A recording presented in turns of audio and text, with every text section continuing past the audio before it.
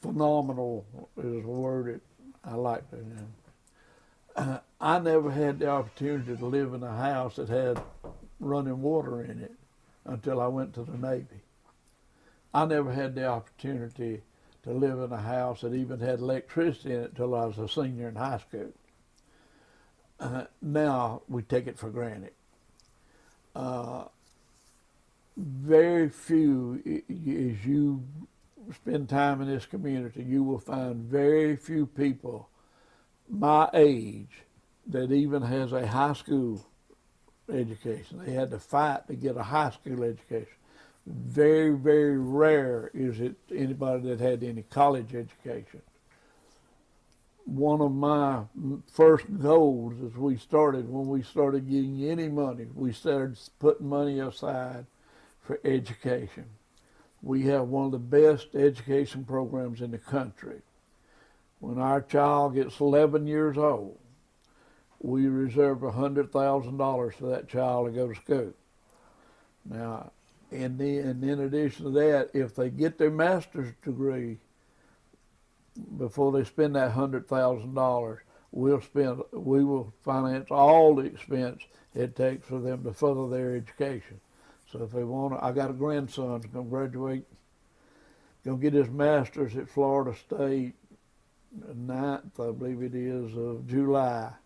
And he's going to stay at Florida State and he's getting his MBA, but he's going to stay and get his PhD because his girlfriend's going to law school. And everything he spends from here on up, the tribe will cover it, because he's got his MBA and didn't spend his $100,000. So I'm proud of that.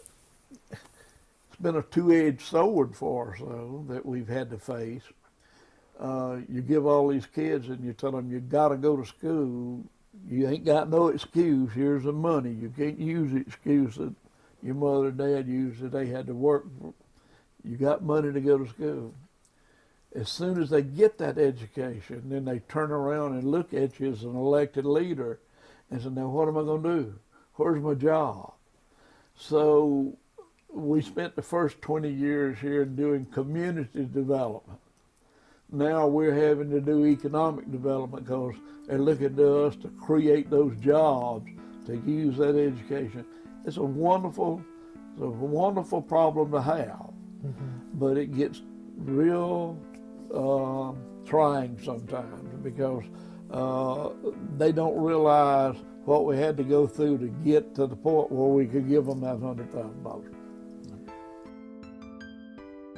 You've just listened to an audio clip from the Samuel Proctor Oral History Program's diverse collection of oral history interviews as part of our 50 Years, 50 Faces fundraising campaign. In the last 50 years since the program's founding in 1967, SPOHP has collected over 7,000 interviews, as well as provided equitable fieldwork opportunities for students. To support our program's mission to document the voices of people from all walks of life, visit our donation page through the link in the description, or visit our website at oral.history.ufl.edu. That's oral.history.ufl.edu. SPOHP. One community, many voices.